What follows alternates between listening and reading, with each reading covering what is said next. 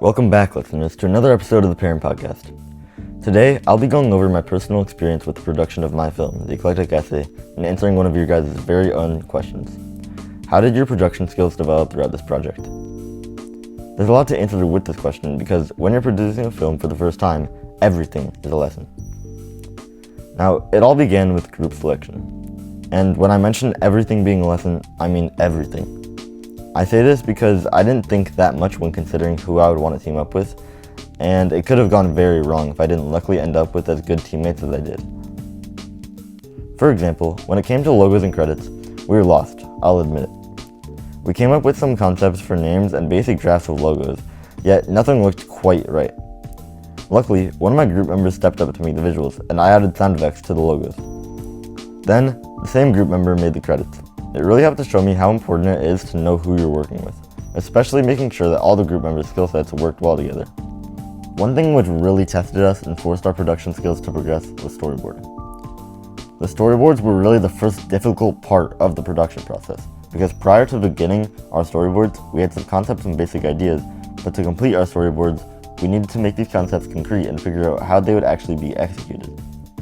This meant that our whole group needed to develop our brainstorming and our problem-solving skills to complete production, and it resulted in us successfully developing our skills and being able to tie our brainstormed ideas into genuine film plans. As the project progressed, it was clear that we were working as a team, and not as individuals in the making of our film. There was no extremely clear leader. One team member was willing to act, one was willing to film and direct, one had scouted the perfect location for us to film, and I stepped up to edit. The whole process helped me develop the necessary teamwork skills that are required in film production. On the topic of editing, finally deciding on the editor actually was a struggle. We first searched for apps which allow multiple people to edit, but nothing was really right for our film, and we realized that letting people of different skill levels and styles edit would likely result in a choppy product. So, we had narrowed it down to two based on who had been the main editors in the past, me and one of my teammates. With my teammate's busy schedule and her role already as the director, it was simple to eventually decide that I would be the editor, and I must say, I truly needed to develop my editing skills throughout this project. I had done some editing with the application we were using, CapCut, in the past, but nothing as complicated as what we were doing for our current film. My first rough edit was not very great.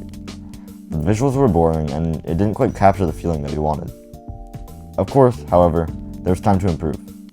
We showed the film to our peers and got feedback from them, and as lifelong film enjoyers ourselves, we all recognized how important it is for a production team to listen to the audience feedback. The main critique was to up the tension and make it feel more intense. So I got back to editing, and it was a mess again. This time there was too much going on. Too much sound and too many visuals, so I once again had to revise. But as they say, third time's the charm.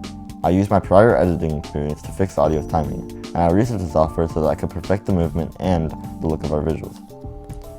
Overall, my editing experience with CapCut showed me just how important it is in film to approach everything with an open mind and always be willing to learn new things while still incorporating your past experience. I want to quickly jump back to the start, the very start, when I knew absolutely nothing about film. When I first walked into that class, I honestly had no idea what to expect.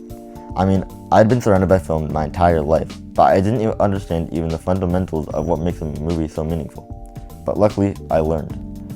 I started with the basic terms, mise-en-scène, camera angles, lighting, and soon evolved into more intricate understanding. I was no longer searching for just the terminology in shots. I can now implement and extract meaning from my own films or others entirely with technique. They were not lessons on how to create like a famous film producer, but rather how to actually be your own film producer and create complex concepts. Overall, the lessons fed into my editing experience, allowing me to develop a style which correctly portrayed my team's character and gave the film the tension it needed. Now, before I move on to my final topic, which I want to address, I want to give a quick shout out to the sponsor of today's episode, Day One. Day One is a journaling app which can be found on practically every mobile device, and it honestly greatly helped me on my own production journey. Every day, I would reflect on what I had learned about production and what I wanted to improve on, and it helped me keep track of what issues I may need to focus on. If you have been needing a journal recently, or you're just simply interested in the app, you can find it on your device's app store for completely free, so check it out. Now, let's get back to the final segment. The final area which forced me to greatly develop my skills was scheduling. Scheduling was an important aspect of our production process because we were all still students, and as such, we have responsibilities outside of the film, which make actually finding the right time to film very difficult.